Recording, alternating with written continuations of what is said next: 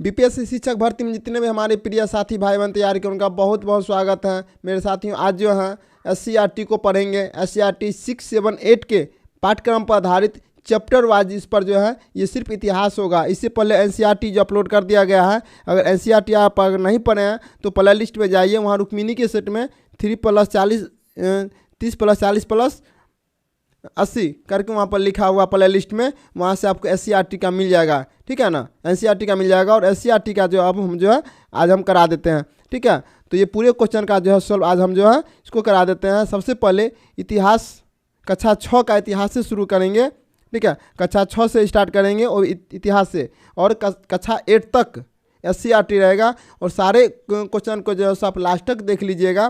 ठीक है ना, बीच में नहीं छोड़िएगा, क्योंकि पूरा क्वेश्चन 6, 7, 8 इतिहास का इसी में है दिया हुआ, एक ही क्लास में रहेगा सारे, तो इसको लास्ट तक देख लीजिएगा। तो चलते हैं क्लास 6 इतिहास से अतीत से वर्तमान, अध्याय 1। ठीक है, अध्याय 1 हमारा अतीत। पहला क्वेश्चन है हमारा अतीत से।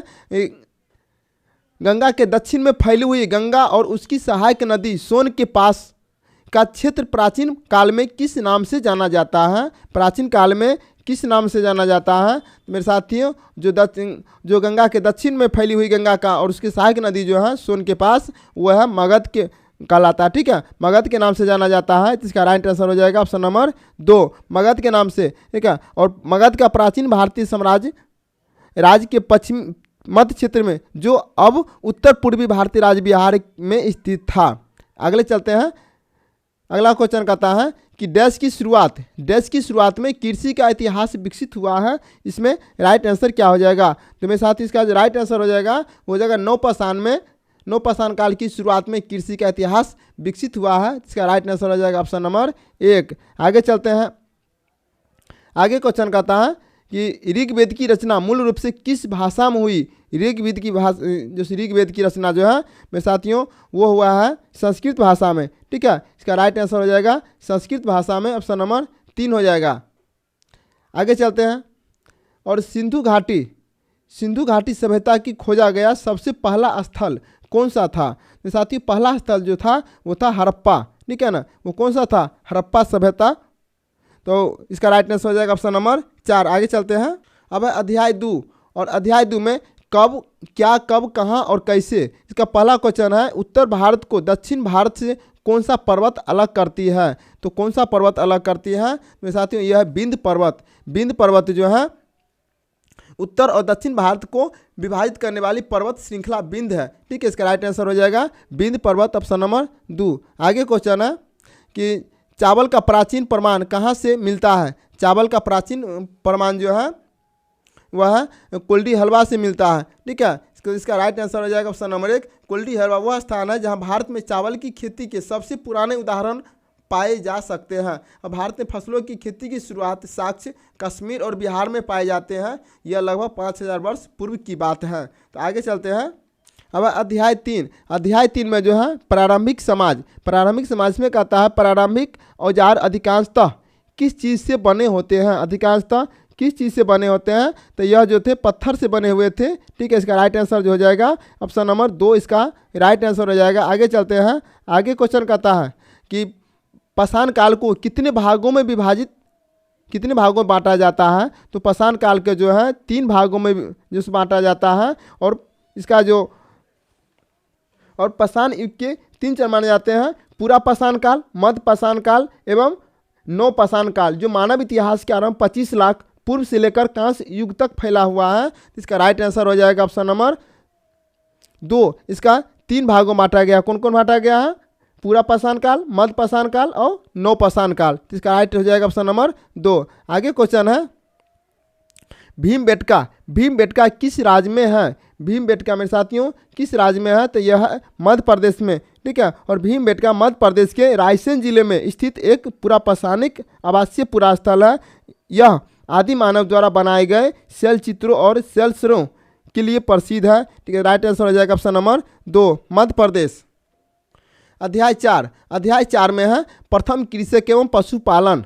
ठीक है, तो सबसे पहले बताते हैं कि पहले क्वेश्चन है सबसे पहले किस जानवर को मानव ने पालतू बनाया था मेरे साथियों? तो सबसे पहले जो सो जो सबसे पहले जो है वो कुत्ता को पालतू बनाया गया था। इसका राइट आंसर हो जाएगा ऑप्शन नंबर 1। ठीक है, मानव सब कुत्ते को पालतू मध्यपाषाण काल में बनाया गया। मध्यपाषाण काल की खोज 1867 ईस्वी में कर्ल लाइड ने बिंद क्षेत्र में की थी। याद रखिए, इसकी खोज 1867 में कर्ल लाइड ने बिंद क्षेत्र में की थी। आगे क्वेश्चन है, गेहूं का प्राचीन साक्ष्य कहाँ से प्राप्त हुआ था? तो मेरे साथियों, गेहूं का जो प्राचीन साक्ष्य जो है वह मेहरगढ़ से मिली थी। फिर फसल उत्पादन के शुरुआती प्रमाण भारतीय उपमहाद्वीप के मेहरगढ़ नियोलिथिक नौपाषाण कालिक स्थलों में पर पाए जाते हैं। ठीक है, और मेहरगढ़ पाकिस्तान में बोलन दर्रे के पास स्थित है और सिंधु घाटी की सभ्यता का अग्रदूत माना जाता है। इसका राइट आंसर जो हो जाएगा ऑप्शन नंबर 2, गेहूं का प्राचीन साक्ष्य मेहरगढ़ में से प्राप्त हुआ। ऑप्शन नंबर 1 इसका राइट आंसर हो जाएगा। ठीक है, आगे चलते हैं। अगला क्वेश्चन है कि मेहरगढ़ वर्तमान में कहाँ स्थित है? मेरे साथियों, तो मेहरगढ़ जो है वर्तमान में पाकिस्तान में स्थित है। ऑप्शन नंबर 2 इसका राइट आंसर हो जाएगा। अब आते हैं अध्याय 5, इतिहास का अध्याय 5 है प्रारंभिक शहर प्रथम नगरीकरण। ठीक है, तो इसका पहला क्वेश्चन है कि किस शहर से बंदरगाह के अवशेष मिले हैं? किस बंदरगाह के अवशेष मिले हैं मेरे साथियों? तो यह है लोथल। लोथल से जो है, लोथल शहर गुजरात के पुरातात्विक अवशेष खंभात की खाड़ी में साबरमती नदी की एक सहायक नदी भोगवा नदी के किनारे स्थित है। इसका राइट आंसर हो जाएगा लोथल। आगे क्वेश्चन है मेरे साथियों, अगला क्वेश्चन है कि हड़प्पा सभ्यता की खोज किस वर्ष हुई है? ठीक है, और हड़प्पा सभ्यता की खोज जो है सिंधु सभ्यता की शहरी केंद्र था। यह जो है हड़प्पा, यह पाकिस्तान के पंजाब प्रांत में है जो रॉबी नदी के पुराने तट पर स्थित है। 1921 में की उत्खनन की जाने वाली सभ्यता का पहला स्थल हड़प्पा था। उत्खनन टीम के नेतृत्व दयाराम सोहनी ने किया था। मेरे साथियों, तो हड़प्पा सभ्यता की खोज 1921 में दयाराम सोहनी ने किए थे। तो इसका राइट आंसर हो जाएगा ऑप्शन नंबर 1। आगे क्वेश्चन है, आगे क्वेश्चन कहता है कि विशाल स्नानागार किस नगर से प्राप्त हुआ है? तो विशाल स्नानागार जो है यह मोहनजोदड़ो से प्राप्त है। ठीक है, मोहनजोदड़ो से। और जो मोहनजोदड़ो की खोज 1922 ईस्वी में रखाल दास बनर्जी ने किए थे। कब किए थे रखाल दास बनर्जी ने? 1922 ईस्वी में। इसका राइट आंसर हो जाएगा ऑप्शन मोहनजोदड़ो, ऑप्शन नंबर 3। आगे क्वेश्चन है, जैसे आगे है अध्याय 6। ठीक है, अर्थात अध्याय 6 में है जीवन के विभिन्न आयाम। जीवन के विभिन्न आयाम। पहला क्वेश्चन है वेदों की कुल संख्या कितनी है? वेदों की कुल संख्या मेरे साथियों आपको याद ही होगा कि वेदों की संख्या 4 है। ऋग्वेद, सामवेद, आयुर्वेद और अथर्ववेद, इसकी संख्या जो है 4 है। इसका राइट आंसर हो जाएगा ऑप्शन नंबर 2, 4। आगे है अगला क्वेश्चन है कि सबसे प्राचीन वेद कौन सा है? मेरे साथियों, तो सबसे प्राचीन वेद जो है वह ऋग्वेद है। ठीक है, ऋग्वेद है सबसे प्राचीन वेद। ऑप्शन नंबर 2 इसका राइट आंसर हो जाएगा। अगला क्वेश्चन है कि पुरुष सूक्त किस वेद में है? पुरुष सूक्त किस वेद में है? तो इसका राइट आंसर हो जाएगा ऋग्वेद। ठीक है, पुरुष सूक्त जो है ऋग्वेद में। ऑप्शन नंबर 1 इसका राइट आंसर है। आगे है इनाम गांव किस राज्य में स्थित है? तो इनाम गांव जो है महाराष्ट्र में स्थित है। इनाम गांव महाराष्ट्र के पुणे जिले में स्थित एक पुरातात्विक स्थल है। यह स्थल घोट नदी के तट पर स्थित है। वहाँ पाए जाने वाले अधिकांश मिट्टी के बर्तन मलबा संस्कृति अर्थात ब्लेड पेंटेड रेड बियर से मेल खाते हैं। इसका तो राइट आंसर हो जाएगा ऑप्शन नंबर 4 महाराष्ट्र। ठीक है, आगे चलते हैं। आगे है अध्याय 8। अध्याय 8 में नए प्रश्न नवीन विचार। ठीक है, तो गौतम बुद्ध का जन्म कब हुआ था? ये बहुत इजी क्वेश्चन है। गौतम बुद्ध का जन्म हुआ था मेरे साथियों बताइएगा। ठीक है, मेरे साथियों अध्याय 6 के बाद 7 होगा, 8 पर चलेगा। अध्याय 7 से शुरू करते हैं। अध्याय 7 में प्रारंभिक राज्य। ठीक है, और 1 में है महाजन पदों का विवरण प्राप्त होता है। मेरे साथियों, तो महाजन पदों का विवरण जो प्राप्त होता है, ठीक है, बौद्ध एवं जैन धर्म दोनों में होते हैं। बौद्ध और जैन धर्म के प्रारंभिक ग्रंथों में महाजन पद के 16 राज्यों का विवरण मिलता है। इसका राइट आंसर हो जाएगा ऑप्शन नंबर 2। आगे क्वेश्चन है कौन सा महाजनपद बिहार में स्थित है? मेरे साथ बताइएगा कि यह अंग जो है मेरे साथियों, अंग जो है ये बिहार में स्थित है। तो इसका राइट आंसर जो हो जाएगा ये हो जाएगा ऑप्शन नंबर 1। ठीक है, अंग महाजनपद आधुनिक बिहार के भागलपुर मुंगेर है क्षेत्रों में स्थित था। इसका राइट आंसर हो जाएगा ऑप्शन नंबर 1 राइट आंसर। आगे क्वेश्चन है आगे क्वेश्चन कहता है कि मगध के शासक अजातशत्रु की राजधानी कहाँ थी। मगध के शासक अजातशत्रु की राजधानी जो था कहाँ था। इसका जो राइट आंसर हो जाएगा वो राजगिरी था। ऑप्शन नंबर 4 इसका राइट आंसर हो जाएगा। अगला क्वेश्चन है, आगे क्वेश्चन कहता है कि निम्नलिखित में से किसके मगध के महाजनपद का संस्थापक माना जाता है। तो महाजनपद का संस्थापक जरासंध को माना जाता है। इसका राइट आंसर हो जाएगा ऑप्शन नंबर 1 राइट आंसर हो जाएगा। अब चलते हैं क्लास 8 से। जो क्लास 8 का नए प्रश्न नए विचार, गौतम बुद्ध का जन्म कब हुआ था। गौतम बुद्ध का जन्म कब हुआ था मेरे साथियों। तो आपको पता होगा कि गौतम बुद्ध का जन्म जो है 563 ईसा पूर्व में हुआ था। और लुम्बिनी के उसमें लुम्बिनी वो जो है नेपाल के कपिलवस्तु में, तथा मृत्यु जो है 80 वर्ष की अवस्था में 483 ईसा पूर्व में कुशीनगर में हुआ था। याद रखिएगा कि गौतम बुद्ध का जन्म लुम्बिनी नेपाल में हुए थे। उनकी मृत्यु जो है 80 वर्ष की अवस्था में 483 ईस्वी में हुई थी और जन्म हुए थे 563 ईसा पूर्व। ऑप्शन नंबर 1 इसका राइट आंसर हो जाएगा। अगला क्वेश्चन है, जैन धर्म के संस्थापक कौन थे मेरे साथियों। तो जैन धर्म के संस्थापक जो थे वो ऋषभदेव थे, ठीक है ना। राइट आंसर इसका हो जाएगा ऋषभदेव। ऋषभदेव को जैन धर्म का प्रथम तीर्थंकर संस्थापक माना जाता है। जैन धर्म में अरिस्टोनेमी 22वें तीर्थंकर थे। पार्श्वनाथ जैन धर्म के 23वें तीर्थंकर थे और महावीर जैन धर्म के 24वें तीर्थंकर थे, ठीक है। इसका राइट आंसर हो जाएगा ऋषभदेव। Option number 2।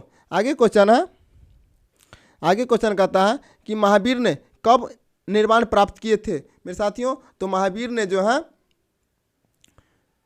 इसका राइट आंसर हो जाएगा महावीर ने, तो महावीर ने जो है 468 ईसा पूर्व में वह निर्माण प्राप्त किए थे, ठीक है। महावीर बिहार में आधुनिक राजगीर के पास पावापुरी नामक स्थान पर 468 ईसा पूर्व में 72 वर्ष की आयु में निर्माण प्राप्त किए थे, ठीक है। तो वो जन्म और मृत्यु के चक्र से मुक्ति प्राप्त हुआ था, ठीक है। इसका राइट आंसर हो जाएगा 468 ईसा पूर्व। आगे चलते हैं, अगला क्वेश्चन कहता है, आगे क्वेश्चन कहता है कि महात्मा बुद्ध ने पहला उपदेश कहाँ दिए थे मेरे साथियों। महावीर ने पहला उपदेश जो दिए थे वो दिए थे सारनाथ में, ठीक है। वाराणसी के पास सारनाथ में दिए थे। इसका राइट आंसर हो जाएगा ऑप्शन नंबर 3। आगे है अध्याय 9। अध्याय 9 में है प्रथम साम्राज्य। तो सम्राट अशोक कहाँ का शासक था मेरे साथियों। बताइएगा कि सम्राट अशोक कहाँ से जो शासक थे वो थे मगध से। कहाँ से थे वो मगध से थे। और 304 ईसा पूर्व से 332 ईसा पूर्व विश्व प्रसिद्ध एवं शक्तिशाली भारतीय मौर्य वंश के महान सम्राट थे। इसका राइट हो जाएगा आंसर ऑप्शन नंबर 2 मगध के शासक थे। आगे क्वेश्चन है, आगे क्वेश्चन कहता है कि किस युद्ध को जीतने के बाद सम्राट अशोक का मन दुख से भर गया, ठीक है। इसका जो राइट आंसर जो हो जाएगा वो हो जाएगा अशोक ने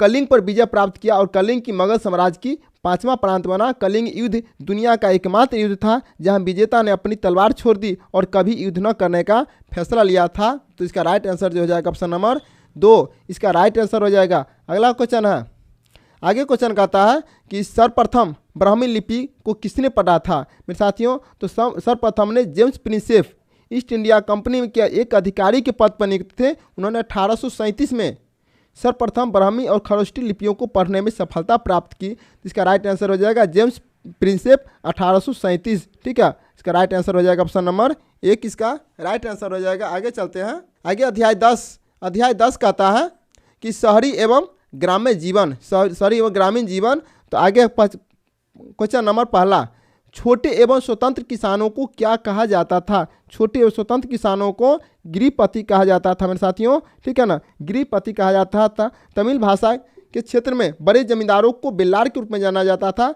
साधारण हल चलाने वाले को उझावर के रूप में जाना जाता था। भूमिहीन मजदूरों को, जिन्हें दास भी शामिल थे, कदिसियार और अधिमई के रूप में जाना जाते थे, ठीक है। तो देश के उत्तरी भाग में ग्राम प्रधान को ग्राम भोजक कहा जाता था। और इस काल में अन्य स्वतंत्र किसान थे जिन्होंने गृहपति कहा जाता था, जिसमें अधिकांश छोटे जमींदार होते थे। इसका राइट आंसर हो जाएगा गृहपति ऑप्शन नंबर 3।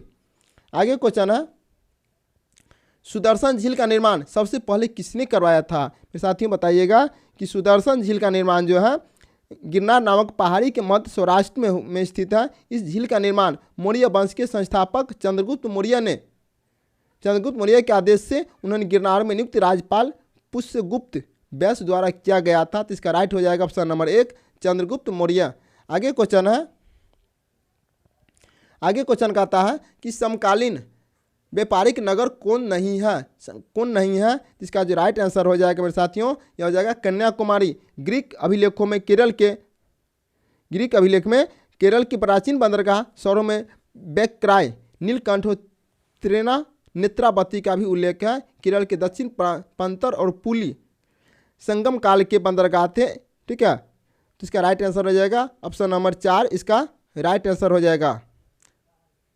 आगे चलते हैं, आगे अध्याय 11। ठीक है, अध्याय 11 है, उसमें है सुदूर प्रदेशों से संपर्क। सुदूर प्रदेशों से संपर्क। पहला क्वेश्चन है कि प्रसिद्ध यूनानी शासक था। प्रसिद्ध यूनानी कहाँ के शासक था? वो था मिनांडर का। ठीक है, इंडो ग्रीक राजाओं ने भारतीय उपमहाद्वीप के उत्तर पश्चिमी हिस्सों पर शासन किया। इस शासक में इंडो ग्रीक राजा रिमांडर को सबसे महत्वपूर्ण शासक माना जाता है। इसका राइट आंसर हो जाएगा ऑप्शन नंबर 3, मिनांडर। ठीक है, अगला क्वेश्चन है कि कनिष्क की राजधानी कहाँ थी? कनिष्क की राजधानी कहाँ थी मेरे साथियों? इसकी राजधानी थी पेशावर में। ठीक है, कुषाण राजवंश में कनिष्क एक बहुत प्रसिद्ध शासक था। उस राज्य उज्बेकिस्तान से तजाकिस्तान, कश्मीर से मथुरा तक शुरू हुआ था। ठीक है, इसका राइट आंसर हो जाएगा ऑप्शन नंबर 2, इसका राइट आंसर हो जाएगा। आगे चलते हैं, अगला क्वेश्चन कहता है, अगला क्वेश्चन है कि शुंग वंश का संस्थापक कौन था? शुंग वंश का संस्थापक कौन था मेरे साथी बताइएगा? तो शुंग वंश का संस्थापक था पुष्यमित्र, ऑप्शन नंबर 1, पुष्यमित्र। अब है कक्षा 7 का। कक्षा 7 का इतिहास को पढ़ेंगे, अतीत से वर्तमान अध्याय 1, अतीत से वर्तमान अध्याय 1, और कब, कहाँ और कैसे। ठीक है, कब, कहाँ, कैसे। तो पहला क्वेश्चन है कि बेकटपुर का शिव मंदिर किसने बनवाया था? बेकटपुर का शिव मंदिर किसने बनवाया था मेरे साथियों? तो बताइए। तो वह जो है मानसिंह ने बनवाया था। ठीक है, मानसिंह ने बनाया था। बेकटपुर में शिवलिंग रूप में भगवान शिव के साथ है माता पार्वती भी विराजमान है। बेकटपुर शिव मंदिर को लेकर यह मानता है कि इस मंदिर को सतयुग में भगवान विश्वकर्मा ने बनाया था। वहीं उसका जीर्णोद्धार है। ठीक है, जीर्णोद्धार का अकबर के नौतनों में से एक मानसिंह ने करवाया था। इसका राइट आंसर हो जाएगा ऑप्शन नंबर 1, मानसिंह। आगे क्वेश्चन है कि पांडुलिपियां आमतौर पर किस पर लिखी जाती थी? पांडुलिपियां आमतौर पर किस पर लिखी जाती थी? तो तार के पत्ते पर लिखी जाती थी साथियों। इसका राइट आंसर हो जाएगा ऑप्शन नंबर 4। आगे क्वेश्चन है, आगे क्वेश्चन कहता है कि भारत में कागज का उपयोग किस शताब्दी के आसपास हुआ? ठीक है, इसका राइट आंसर हो जाएगा, वो हो जाएगा 13वीं शताब्दी में। ठीक है, कागज बनाने का आविष्कार चीनियों ने किया था। कागज का आविष्कार काई लुन हन राजवंश के शासक के दौरान इंपीरियल अदालत में काम करने वाले एक चीनी अधिकारी से संबंधित है, और भारत में इसका आगमन जो है 13वीं शताब्दी माना जाता है। तो इसका राइट आंसर हो जाएगा ऑप्शन नंबर 3, 13वीं। आगे है अध्याय 2। अध्याय 2 है नए राज्यों एवं राजाओं का उदय। अब पहला क्वेश्चन है कि सारनाथ कहाँ है? सारनाथ कहाँ है मेरे साथियों? सारनाथ जो है वह उत्तर प्रदेश में है। ठीक है, कहाँ है? उत्तर प्रदेश में वाराणसी से लगभग 13 किलोमीटर दूर सारनाथ का ऐतिहासिक शहर है। यहाँ भगवान गौतम बुद्ध ने सबसे पहले धर्म की शिक्षा दी थी। इसका राइट आंसर हो जाएगा उत्तर प्रदेश, ऑप्शन नंबर 2। आगे क्वेश्चन है कि विक्रमशिला विश्वविद्यालय का निर्माण किसने करवाया था मेरे साथियों? तो विक्रमशिला विश्वविद्यालय का जो है धर्मपाल ने करवाया था। इसका राइट आंसर हो जाएगा ऑप्शन नंबर 3, धर्मपाल ने करवाया था। अगला क्वेश्चन है, आगे क्वेश्चन है कि पाल वंश का संस्थापक कौन था? पाल वंश का संस्थापक कौन था? तो यह हो जाएगा गोपाल। ठीक है ना, पाल वंश की स्थापना गोपाल ने की थी, जो राज्य के पहले सम्राट भी थे। उन्होंने बंगाल को अपने नियंत्रण में एकीकृत किया और यहाँ तक कि मगध को भी अपने नियंत्रण में ले लिया था। इसका राइट आंसर हो जाएगा ऑप्शन नंबर 1, गोपाल हो जाएगा ऑप्शन नंबर 1, इसका राइट आंसर हो जाएगा। आगे चलते हैं, अब है अध्याय 2, इतिहास का अध्याय 2 है तुर्क अफगान शासक। तुर्क अफगान शासक। तो पहला क्वेश्चन है, पहला क्वेश्चन जो है कि तुर्कों ने दिल्ली सल्तनत की स्थापना कब की थी? तो तुर्कों ने दिल्ली सल्तनत की स्थापना जो किए थे, इसका जो राइट आंसर हो जाएगा मेरे साथियों, क्या वो था 13वीं शताब्दी में। क्या था, कब किए थे?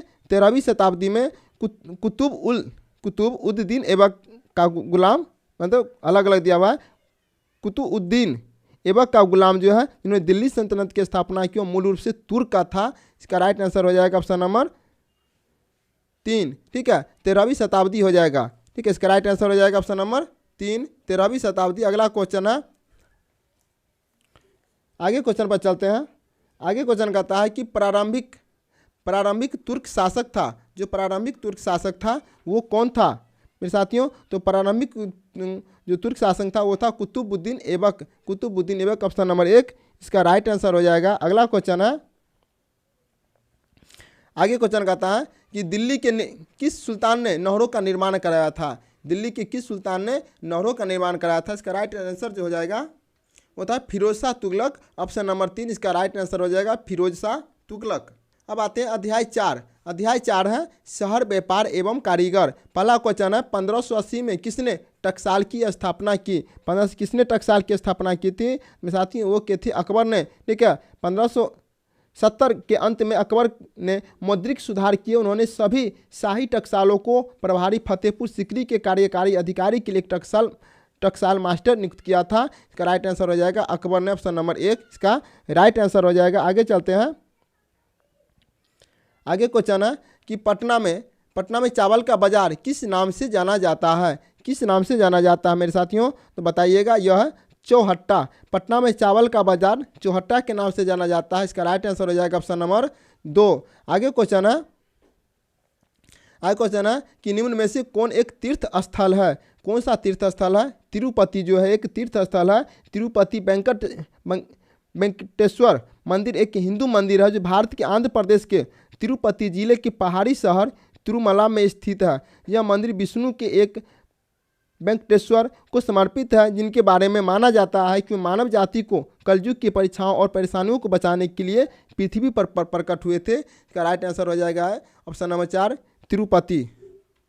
अब आते हैं अध्याय 5। इतिहास का अध्याय 5 है सामाजिक सांस्कृतिक विकास। सामाजिक सांस्कृतिक विकास। पहला क्वेश्चन है कि विश्व की उपासना करने वाले संतों को कहा जाता था। ठीक है, विश्व की उपासना करने वाले संतों को क्या कहा जाता था?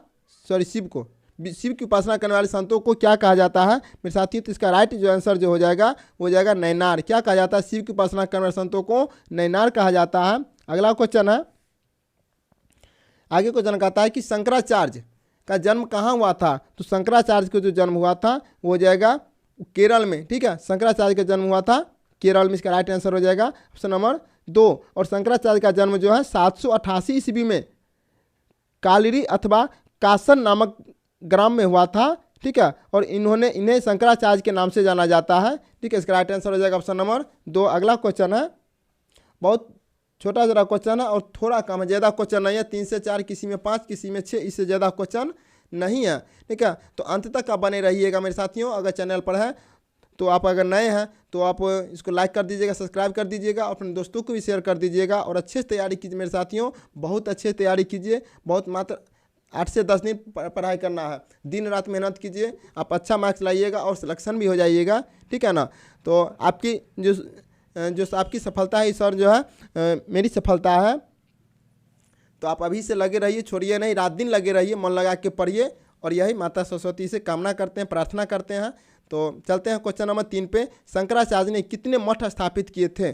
शंकराचार्य ने कितने मठ स्थापित किए थे मेरे साथियों? तो शंकराचार्य जो है वह 4 मठों के स्थापित किए थे। ठीक है, और आदि शंकराचार्य ने 9वीं शताब्दी में भारत की 4 दिशाओं में 4 मठों की स्थापना की थी। जोशी मठ बद्रीनाथ उत्तराखंड में, द्वारका गुजरात में, पुरी उड़ीसा में एवं श्रृंगेरी कर्नाटक में 4 मठों की स्थापना करके उन्होंने भारत में सांस्कृतिक एकता की स्थापना किए थे। इसका राइट आंसर हो जाएगा ऑप्शन नंबर 3 4 मठों की स्थापना किए थे।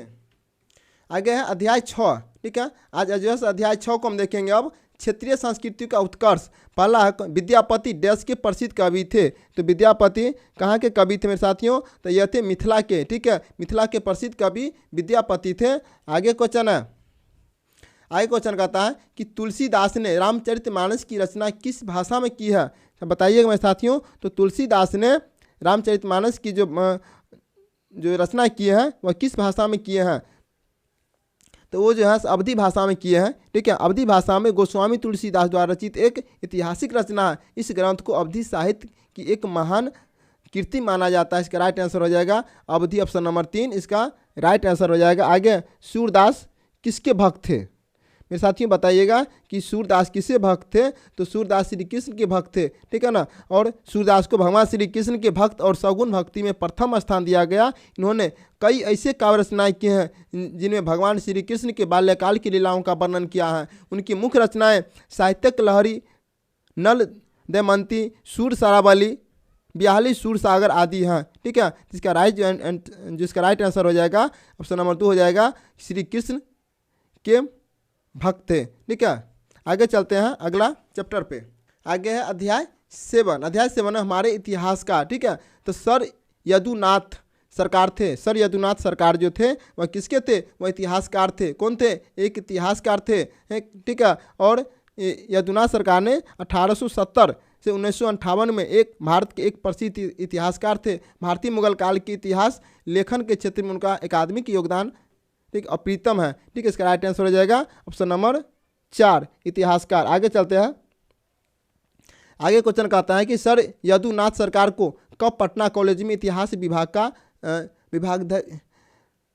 विभाग अध्यक्ष बनाया गया? तो इसका राइट जो आंसर हो जाएगा वो हो जाएगा 1923 में, ठीक है ना। यदुनाथ सरकार ने अपनी संपूर्ण जीवन अध्यापन और ग्रंथों की रचना की व्यक्त की है। तो उन्होंने कोलकाता विश्वविद्यालय, पटना विश्वविद्यालय और उत्कल विश्वविद्यालय के इतिहास और अंग्रेजी के प्रोफेसर के पद पर काम किया। पटना में वो 1902 से 1917 तक और तथा 1923 से 1926 तक रहे। 1917 उनकी नियुक्ति काशी हिंदू विश्वविद्यालय में इतिहास विभाग के अध्यक्ष पद पर हुई थी। इसका राइट आंसर हो जाएगा 1923 में, ऑप्शन नंबर 2 इसका राइट आंसर हो जाएगा। आगे क्वेश्चन है,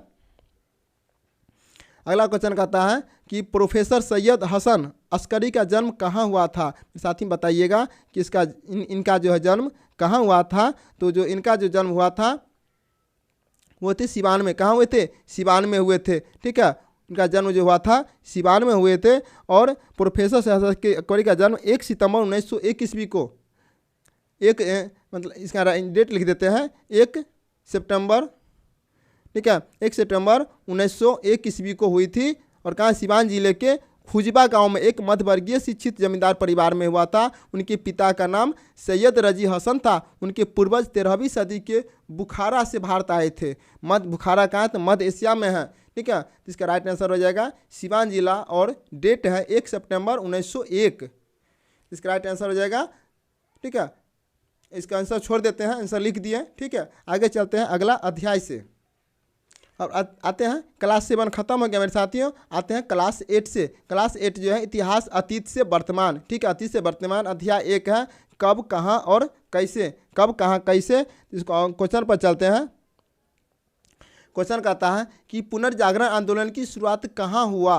पुनर्जागरण के आंदोलन की शुरुआत कहाँ हुआ था? वो था इटली में, ठीक है। और पुनर्जागरण काल अथवा पुनर्जागरण आंदोलन सबसे पहले इटली में हुआ था। शब्द पुनर्जागरण काल जूलियस मिशेलेट द्वारा खोजा गया। पुनर्जागरण का अर्थ है पुनर्जन्म होता है, ठीक है। फ्रांसिस्को पेट्रोक को पुनर्जागरण का जनक माना जाता है। किसको है? फ्रांसिस्को पेट्रोक को पुनर्जागरण का जनक माना जाता है। और पुनर्जागरण का अर्थ होता है पुनर्जन्म, ठीक है। ये कहाँ से हुई थी? तो इटली से हुई थी, ऑप्शन नंबर 1 इसका राइट आंसर हो जाएगा। आगे चलते हैं। आगे क्वेश्चन कहता है कि यूरोप से भारत तक समुद्री मार्ग का खोज किसने किया था? ठीक है, तो पुर्तगाली नाविक वास्को डी गामा समुद्र के रास्ते भारत पहुंचने वाला प्रथम यूरोपीय यात्री था। वास्को डी गामा ने यूरोप से भारत के लिए नए और सभी समुद्री मार्ग की खोज की 17 मई 1498 ईस्वी को। कब किए थे? 17 मई, ठीक है, 1498 ईस्वी को वास्को डी गामा ने किए थे। इसका राइट आंसर हो जाएगा ऑप्शन नंबर 2, इसका राइट आंसर हो जाएगा। अगला क्वेश्चन है, आगे क्वेश्चन है हिस्ट्री ऑफ ब्रिटिश इंडिया पुस्तक के लेखक कौन है? इसका राइट आंसर हो जाएगा जेम्स मिल, ठीक है ना, जेम्स मिल इसका राइट आंसर हो जाएगा ऑप्शन नंबर 3। आगे चलते हैं। अब आते हैं अध्याय 2 क्लास 8 का हिस्ट्री। अध्याय 2 भारत में अंग्रेजी राज की स्थापना, ठीक है, भारत में अंग्रेजी राज की स्थापना। पहला क्वेश्चन है ईस्ट इंडिया कंपनी की स्थापना कब हुई थी? तो ईस्ट इंडिया कंपनी की स्थापना जो हुई थी वो थी 1600 ईस्वी में, ठीक है। ईस्ट इंडीज में व्यापार करने वाले लंदन के व्यापारियों के गवर्नर और कंपनी जिसे अंग्रेजी ईस्ट इंडिया कंपनी के नाम से जाना जाता है का गठन 1600 ईस्वी में हुई थी। इसका जो राइट आंसर हो जाएगा ऑप्शन नंबर 4, आंसर 1600 ईस्वी हो जाएगा, ठीक है। टीपू सुल्तान किसका पुत्र था? क्वेश्चन है टीपू सुल्तान किसका पुत्र था मेरे साथियों? तो टीपू सुल्तान जो थे वह हैदर अली के पुत्र थे।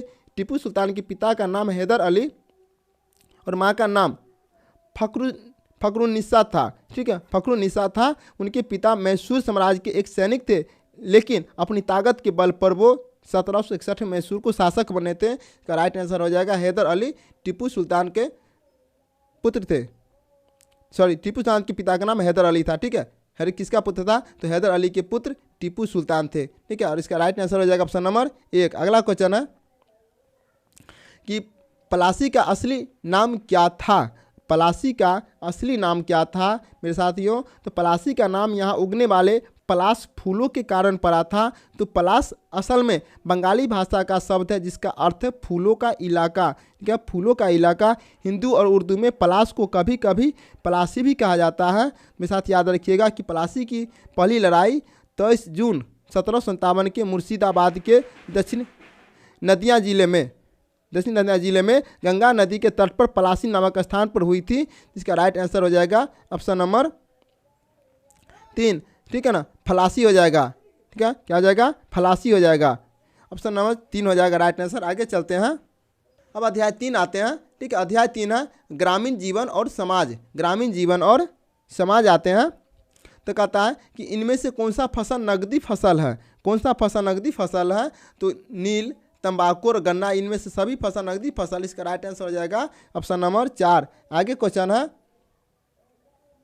क्वेश्चन कहता है कि नील दर्पण पुस्तक के लेखक कौन है मेरे साथियों? तो नील दर्पण पुस्तक के लेखक जो है दीनबंधु मित्र है। ठीक है ना, दीनबंधु मित्र ऑप्शन नंबर 1 इसका राइट आंसर हो जाएगा। अगला क्वेश्चन है, आगे क्वेश्चन कहता है कि तीन कठिया प्रणाली किससे संबंधित है? तो तीन कठिया प्रणाली जो है वो नील की खेती से संबंधित है।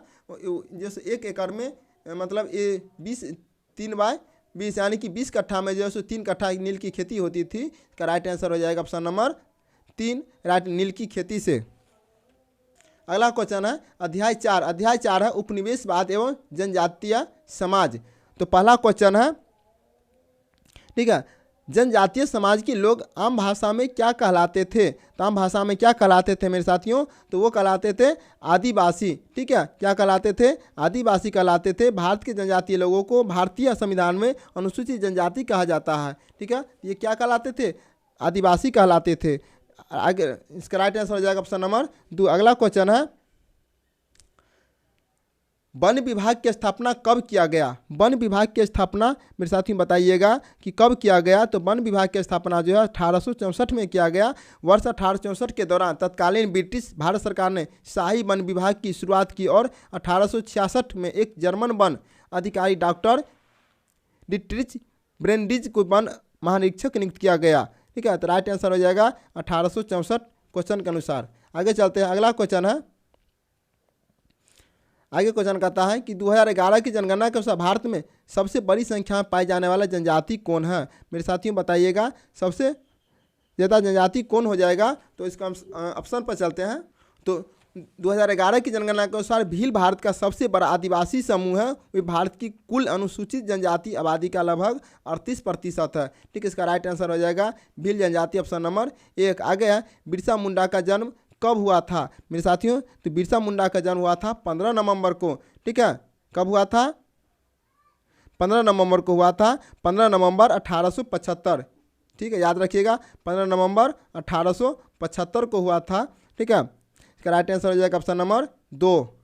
आगे चलते हैं, आगे है अध्याय 5। अध्याय 5 है शिल्प एवं उद्योग। तो पहला क्वेश्चन है कि एलिजाबेथ कहाँ की महारानी थी मेरे साथियों? तो एलिजाबेथ जो थी वह इंग्लैंड के महारानी थी। ऑप्शन नंबर 1 इसका राइट आंसर हो जाएगा। ठीक है, और एलिजाबेथ की जिनकी शासनकाल 17 नवंबर 1558 से उनकी मौत तक चला था। ठीक है ना। अगला क्वेश्चन है, अगला क्वेश्चन जो भारत में सूती कपड़ा का उद्योग, भारत में सूती कपड़ा का उद्योग मुख्य केंद्र कहाँ था? इसका जो राइट आंसर हो जाएगा गुजरात में। ठीक है, ऑप्शन नंबर 3 इसका राइट आंसर हो जाएगा गुजरात। आगे क्वेश्चन है कि Tata iron and steel company की स्थापना कब हुई थी? मेरे साथ इसका राइट आंसर जो हो जाएगा 1907 ईस्वी में हुई थी। ठीक है, 26 अगस्त 1907 को झारखंड के जमशेदपुर में Tata iron and steel company की स्थापना हुई थी। इस कंपनी की स्थापना दोराबजी टाटा यानी कि डॉक्टर टाटा ने जो है किए थे। ठीक है, तो इसका राइट आंसर हो जाएगा ऑप्शन नंबर 3, इसका राइट आंसर हो जाएगा। आगे क्वेश्चन है, अगला क्वेश्चन कहता है कि डीकू किसे कहा जाता था? डीकू किसे कहा जाता था? तो वो गैर आदिवासी को कहा जाता था। ब्रिटिश काल में साहूकारों को डीकू कहा जाता था। डीकू बाहरी लोगों अर्थात गैर आदिवासियों को संदर्भित करता है, जिसमें साहूकार शामिल है, जिसमें जिन्होंने अत्यधिक ब्याज दरों के माध्यम से दास्ता को प्रचलित किया था। इसका राइट आंसर हो जाएगा ऑप्शन नंबर 3, गैर आदिवासी को डीकू कहा जाता है। ठीक है, आगे चलते हैं। आगे अध्याय 6 है अंग्रेजी शासन के खिलाफ संघर्ष। निम्नलिखित में से किस वर्ष में भारत ब्रिटिश ताज प्रत्यक्ष शासन में आया था? मेरे साथियों, तो इसका जो राइट आंसर क्या हो जाएगा? ये हो जाएगा 1858 में। ठीक है, 1858 में जो है आता। तो भारतीय उपमहाद्वीप पर अंग्रेजों द्वारा क्राउन रूल का प्रत्यक्ष नियम 1858 से 1947 तक रहा है। ठीक है, इसका राइट आंसर हो जाएगा 1858 ऑप्शन नंबर 2। आगे चलते हैं, अगला क्वेश्चन है कि डैश भारतीय स्वतंत्रता के प्रथम संग्राम के रूप में मनाया जाता है। प्रथम स्वतंत्रता संग्राम के रूप में मनाया जाता है। इसका जो राइट आंसर हो जाएगा 1857 का विद्रोह ऑप्शन नंबर 1, इसका राइट आंसर हो जाएगा। आगे चलते हैं, अगला क्वेश्चन कहता है कि मंगल पांडे को डैश को बैरकपुर ब्रिटिश अधिकारियों पर हमला करने के लिए फांसी दे दी गई थी। मेरे साथियों, कब दिए गए थे फांसी बताइएगा? तो यह जो है 8 अप्रैल 1857 को, ठीक है, मंगल पांडे को फांसी दे दिए गए थे। इसका राइट आंसर हो जाएगा 8 अप्रैल 1857 को ऑप्शन नंबर 1, इसका राइट आंसर हो जाएगा। अगला क्वेश्चन है, आगे क्वेश्चन कहता है कि झांसी में विद्रोह का नेतृत्व किसने किया था? मेरे साथी सभी को पता होगा कि झांसी विद्रोह का नेतृत्व 1857 ईस्वी में रानी लक्ष्मीबाई ने किए थे। ठीक है, रानी लक्ष्मीबाई ने किए थे, ऑप्शन नंबर 1, इसका राइट आंसर हो जाएगा। आगे है अध्याय 7। ठीक है, अध्याय 7 से हम स्टार्ट करेंगे। ब्रिटिश शासन एवं शिक्षा। मैकाले शिक्षा पद्धति किस वर्ष लागू किया गया था? तो मैकाले शिक्षा पद्धति मेरे साथी बताइएगा कि कब लागू किया गया था? ये किया गया था 1835 में। लॉर्ड मैकाले ने वर्ष 1835 में अपनी शिक्षा नीति भारतीय शिक्षा पर मिनट शीर्षक से प्रस्तुत की है। ठीक है, राइट आंसर हो जाएगा ऑप्शन नंबर 1, इसका राइट आंसर हो जाएगा। आगे क्वेश्चन कहता था कि किसका कहना था अंग्रेजी शिक्षा हमें गुलाम बना दिया है? किसने कहा था अंग्रेजी शिक्षा ने हमें गुलाम बना दिया? तो मेरे साथ याद रखिएगा, महात्मा गांधी जी ने दावा किया था कि अंग्रेजी शिक्षा ने हमें बेड़ियों में जकड़ दिया है। उन्होंने तर्क दिया कि उपनिवेशिक स्कूली शिक्षा ने भारतीयों पर हिंसा की भावना पैदा की है, वह दुष्ट था और इसे भारतीयों को गुलाम बना लिया। उसने यह भी सोचा कि इसके उन पर कोई अभिशाप लगा है। ठीक है, इसका राइट आंसर हो जाएगा ऑप्शन नंबर 3, महात्मा गांधी जी ने बोले थे अंग्रेजी शिक्षा में गुलाम बना दिया है। तो इसका राइट आंसर हो जाएगा ऑप्शन नंबर 3। ठीक है, महात्मा गांधी। आगे चलते हैं, आगे क्वेश्चन कहता है कि रविन्द्रनाथ टैगोर ने शांति निकेतन की स्थापना किए थे। मेरे साथी, रविन्द्रनाथ टैगोर ने शांति निकेतन की स्थापना कब किए थे? वो किए थे 1901 ईस्वी में। ठीक है, 22 दिसंबर 1901 ईस्वी को रविन्द्रनाथ टैगोर ने 5 छात्रों और समान संख्या में शिक्षकों के साथ शांति निकेतन अपना स्कूल स्थापित किए थे। उन्होंने द वार्ड ऑफ बंगाल भी कहा जाता है। उन्होंने 2 देशों के गान, जनगण मन भारतीय गान और अमर सोनार बंगला का या माय गोल्डन बंगाल बांग्लादेश गान को लिखा है। इसका राइट आंसर हो जाएगा 22 दिसंबर। ठीक है, 22 दिसंबर 1901 ईस्वी। इसका राइट आंसर हो जाएगा ऑप्शन नंबर 4। अगला क्वेश्चन है, अगला अध्याय है 8, जातीय व्यवस्था की चुनौतियाँ। ठीक है, जातीय व्यवस्था की चुनौतियाँ।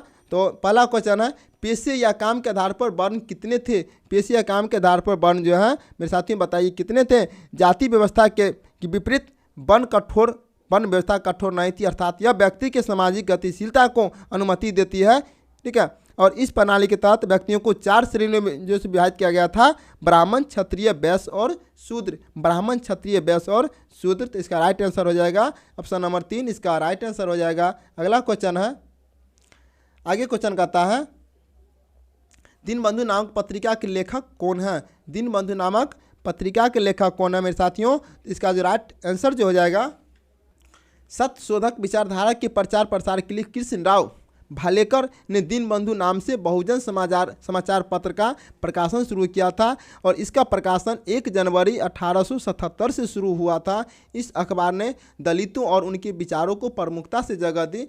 ठीक है, जगह दी। तो इसका राइट आंसर जो होगा ऑप्शन नंबर 4 कृष्णराव भालेकर। आगे चलते हैं। अगला क्वेश्चन कहता है कि हरिजन सेवक संघ की स्थापना कब हुई थी? हरिजन सेवक संघ की स्थापना कब हुई थी मेरे साथियों? हरिजन सेवक संघ की स्थापना 30 सितंबर 1932 को हुई थी। ठीक है, 30 सितंबर 1932 को संघ होते एक अखिल भारतीय संगठन महात्मा गांधी द्वारा की गई थी। तो कब किया गया था? इसका डेट जो लिखाएगा 30, ठीक है, 30 सितंबर 1932 को हुई थी। इसका राइट आंसर हो जाएगा ऑप्शन नंबर 1 1932। आगे अध्याय है अध्याय 9। अध्याय 9 में महिलाओं की स्थिति में सुधार। ठीक है, पहला क्वेश्चन है कि ब्रह्म समाज की स्थापना किसने की थी मेरे साथियों? तो ब्रह्म समाज की स्थापना जो है राजा राममोहन राय ने 1828 में किए थे। कब किए थे? 1828 में ब्रह्म समाज की स्थापना की, जिससे बाद में ब्रह्म समाज का नाम दिया गया। तो राइट आंसर हो जाएगा ऑप्शन नंबर 2 राजा राममोहन राय। अगला क्वेश्चन है कि आर्य समाज की स्थापना किसने की थी मेरे साथियों? आर्य समाज की स्थापना जो है एकेश्वरवादी हिंदू सुधारक आंदोलन था। 1875 में स्वामी दयानंद सरस्वती ने किए थे। कब किए थे? 1875 में। ऑप्शन नंबर 2 इसका राइट आंसर हो जाएगा 1875 में आर्य समाज की स्थापना किए थे दयानंद सरस्वती ने। ऑप्शन नंबर 2 इसका राइट आंसर हो जाएगा। अगला क्वेश्चन कहता है कि बाल विवाह निषेध अधिनियम किस वर्ष पारित हुआ था? बाल विवाह अधिनियम नियम जो है मेरे साथियों 1929 में किया गया था। ठीक है, तो इसका राइट आंसर जो हो जाएगा बाल विवाह निषेध अधिनियम 28 सितंबर 1929 को बाल विवाह की बुराई को मिटाने के लिए पारित किया गया। यह 1 अप्रैल 1930 को लागू हुआ। इसे शारदा एक्ट के नाम से जाना जाता है। कब लागू हुआ? 1 अप्रैल 1930 ईस्वी को। और यह जो है सो पारित हुआ था 28 सितंबर। ठीक है, 28 सितंबर 1929 ईस्वी को हुए थे। तो इसका राइट आंसर हो जाएगा ऑप्शन नंबर 4 इसका राइट आंसर हो जाएगा।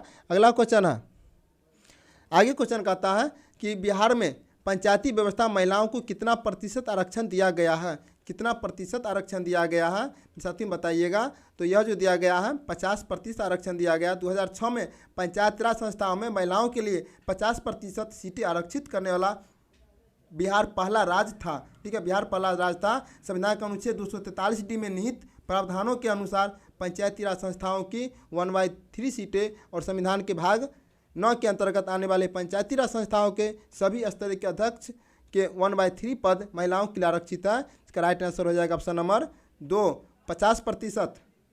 आगे है अध्याय 10। अध्याय 10 है अंग्रेजी शासन एवं शहरी बदलाव। बाफ्टा क्या है मेरे साथियों बताइएगा कि बाफ्टा क्या है? इसका जो राइट आंसर जो हो जाएगा वो है रेशमी कपड़ा। बाफ्टा एक मोटा सस्ता बुना हुआ पदार्थ है जो मुख्यतः कपास के लंबे संकीर्ण टुकड़ों में बनाया गया है। ठीक है, इसमें एक बंद सादा बुनाई संरचना और इसे कई किस्मों में बनाया गया है।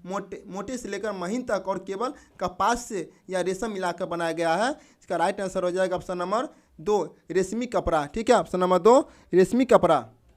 आगे क्वेश्चन है भागलपुर शहर के नगर पालिका की स्थापना कब हुई थी? भागलपुर शहर के नगर पालिका की स्थापना कब हुई थी मेरे साथियों? तो ये हुए थे लगभग 10 वर्ग मील क्षेत्र में विस्तृत भागलपुर शहर के नगर पालिका की स्थापना 1864 ईस्वी में हुई थी। कब हुई थी? 1864 ईस्वी। ऑप्शन नंबर 1 इसका राइट आंसर हो गया। अगला क्वेश्चन है इनमें से कौन सा सूफी संतों की धार्मिक केंद्र है? कौन सा सूफी संतों की धार्मिक केंद्र है? इसका राइट आंसर है खानका। ठीक है, एक खानका को आमतौर पर धर्मशाला, लॉज, सामुदायिक केंद्र या सूफियों द्वारा संचालित धर्मशाला के रूप में परिभाषित किया गया है। और खानकाओं को जमात खाना, बड़े सभा हॉल के रूप में जाना जाता है। इसका राइट आंसर हो जाएगा खानका। Option number 3। आगे क्वेश्चन कहता है कि प्लासी का युद्ध कब हुआ था मेरे साथियों? प्लासी का युद्ध जो हुआ था वो 1757 को हुई थी। 23 जून